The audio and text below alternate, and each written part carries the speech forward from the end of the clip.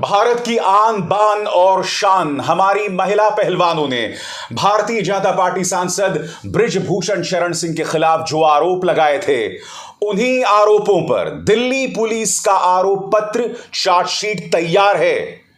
पिछले 1 महीने से इंडियन एक्सप्रेस में उस पूरी चार्जशीट की बानगी सामने उभर कर आई है। अब तो जागो मोदी सरकार, अब तो शर्म करो। सबसे शॉकिंग बात यह दोस्तों कि महिला खिलाड़ी विनेश फोगाट प्रधानमंत्री से मिलती हैं। प्रधानमंत्री मामले को अनुराग ठाकुर को दे देते हैं। एक ओवरसाइट समिति बनती है। उस समिति में बाकायदा ये तमाम आरोप लगाए जाते हैं, मगर जब ओवरसाइट समिति की रिपोर्ट आती है तो उसमें कहीं किसी चीज का जिक्र नहीं होता है। मगर आज उन खिलाड़ियों ने जो आरोप लगाए थे और वो जो आरोप लगाए थे उसके पक्ष में जो गवाहियां हुई हैं वो मैं आपको बतलाने वाला हूं दोस्तों। इससे पहले कि मैं आपके सामने तमाम गवाहियां पेश करूं, मैं आपको बतलाना चाहता हूं कि दिल्ली पुलिस के इस आरोप पत्र में दरअसल किन धाराओं के अंतर्गत बृजभूषण शरण सिंह पर केस दायर किए जा सकते हैं। एक एक करके वो धाराएं आपकी स्क्रीन पर। धारा नंबर 1 सेक्शन 506 आपराधिक तौर पर धमकाना यानी क्रिमिनल इंटिमिडेशन। धारा number 2 354 outraging of the modesty of a woman यानी कि एक महिला के सम्मान के साथ खिलवाड़ करना। तीसरी धारा 354A सेक्सुअल हैरेसमेंट यानी यौन उत्पीड़न। चौथी धारा 354D स्टॉकिंग यानी महिला का पीछा करना, उसे परेशान करना। और जैसे मैंने बताया दोस्तों, यह चार्जशीट 13 जून को बनकर तैयार हो गई थी, मगर मजाल है कोई मीडिया इसकी चर्चा करे, मजाल है कोई मीडिया दिल्ली पुलिस से यह सवाल करे कि जो आरोप लगाए गए थे उनका क्या हुआ। उल्टा ये वो मीडिया है जो बृजभूषण शरण सिंह को बचाने में लगा हुआ है, जो हमारी महिला पहलवानों पर सवाल खड़ा करने में लगा हुआ है। आज मैं आपके सामने वो 6 गवाहियां लाने वाला हूं दोस्तों। मैं सबसे पहले आप सबसे माफी मांगना चाहूंगा क्योंकि ये तमाम गवाहियां बहुत ही खौफनाक हैं, बहुत ही शॉकिंग हैं, मगर ये अहम इसलिए हैं क्योंकि ये महज गवाहियां नहीं हैं, ये महज आरोप नहीं है। उनके पक्ष में कई लोग सामने उभर कर आए हैं। एक एक करके वो तमाम गवाहियां अब आपके स्क्रीन पर आ रही हैं दोस्तों। पहली गवाही, और इसमें एक महिला पहलवान क्या कहती है, एक शब्द को ध्यान से सुनिएगा। मैं होटल के रेस्टोरेंट में खाना खा रही थी।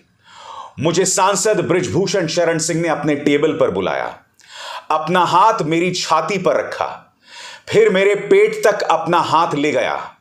वो मेरे मना करने के बावजूद उसने ऐसा 3 बार किया। WFI के दफ्तर में मेरी मर्जी के खिलाफ उसने मेरी हथेली, घुटनों, जांघों और कंधों को छुआ। उसने मेरी सांस चेक करने के बहाने अपना हाथ मेरी छाती पर रखा, फिर पेट को सहलाने लगा।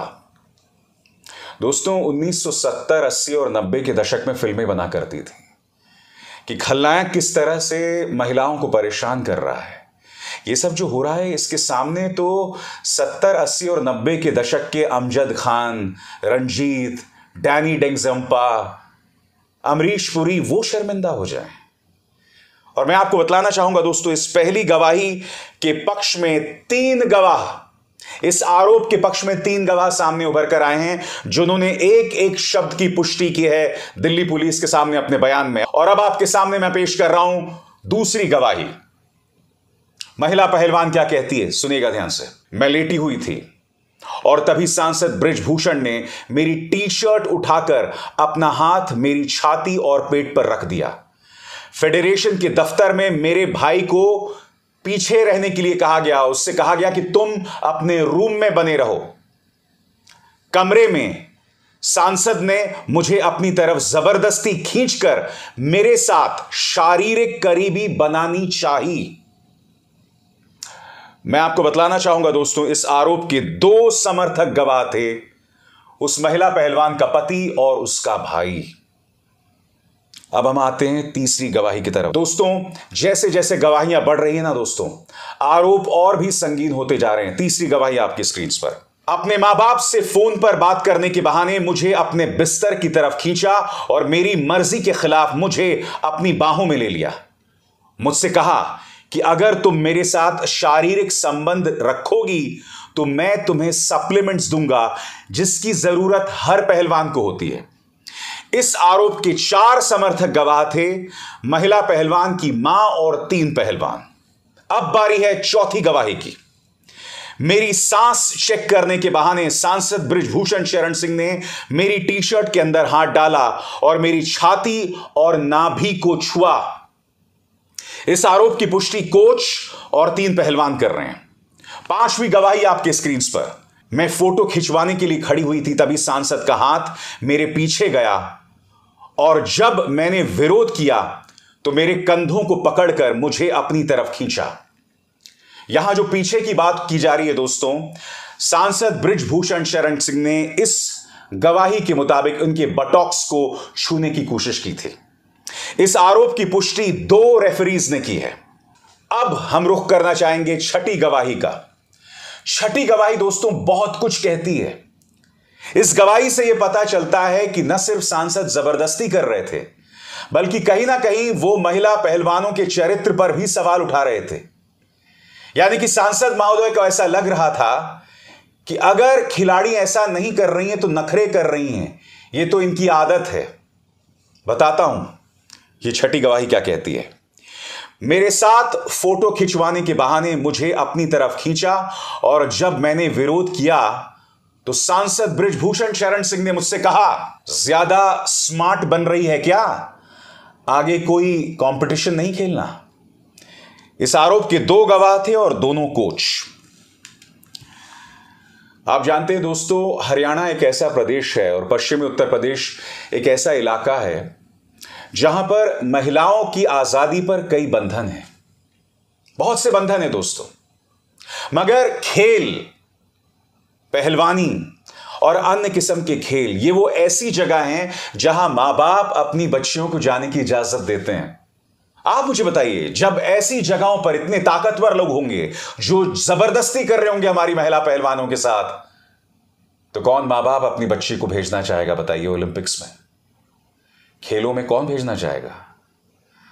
आप जानते हैं सबसे शॉकिंग बात, इंडियन एक्सप्रेस की रिपोर्ट कहती है कि जो तमाम बातें जो अब दिल्ली पुलिस के आरोप पत्र में हैं, ये ओवरसाइट समिति को दी गई थी। माननीय गोली मारो ठाकुर ने, यानी अनुराग ठाकुर ने एक ओवरसाइट समिति का गठन किया था।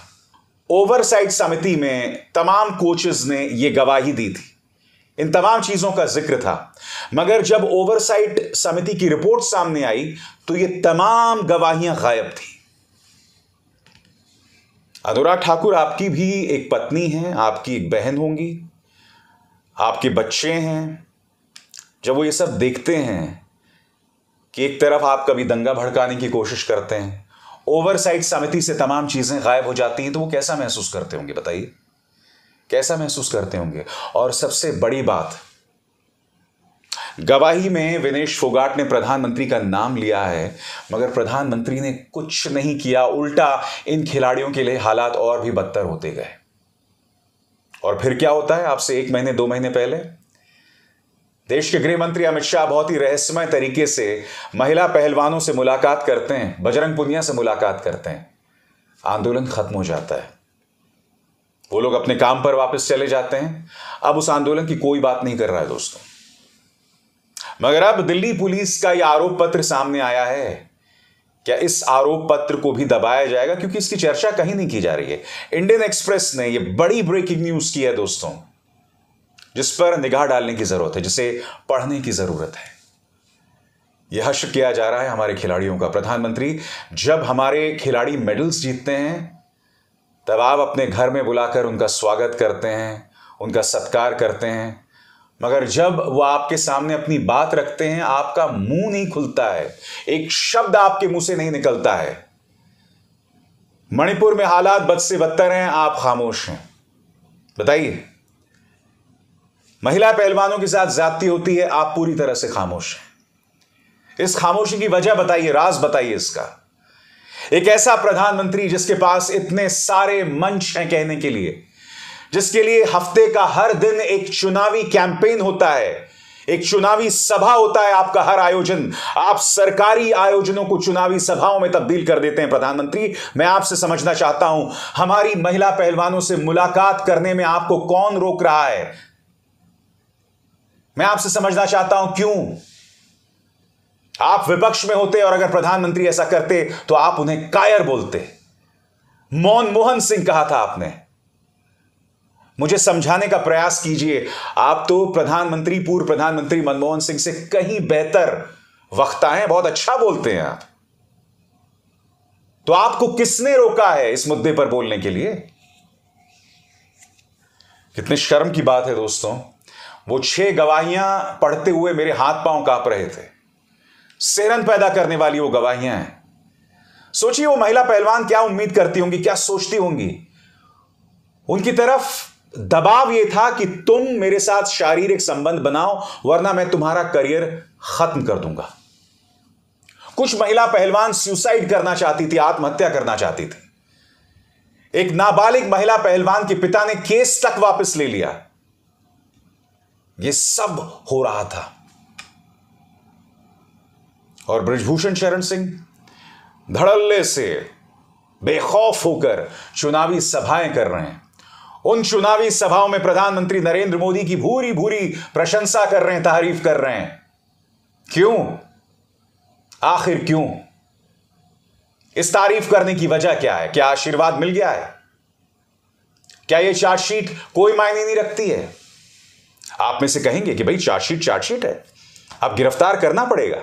मैं आपको याद दिला दूं, 2 FIRs थे एक पॉक्सो के अंतर्गत, सिर्फ पूछताछ हुई है। गिरफ्तारी तो बहुत दूर की बात है, आरोप पत्र आ भी गया तो क्या? आपको क्या लगता है 1 साल से कम का वक्त रह गया चुनावों में, बृजभूषण शरण सिंह को ये लोग गिरफ्तार करेंगे? करें, मैं चाहता हूं करें गिरफ्तार। दिखाएं कि आप महिला सम्मान के प्रति थोड़ी सी ईमानदारी रखते हैं। नहीं, आप नहीं करेंगे ऐसा। करेंगे तो इस मंच पर मैं कार्यक्रम करूंगा, ये मेरा वादा है।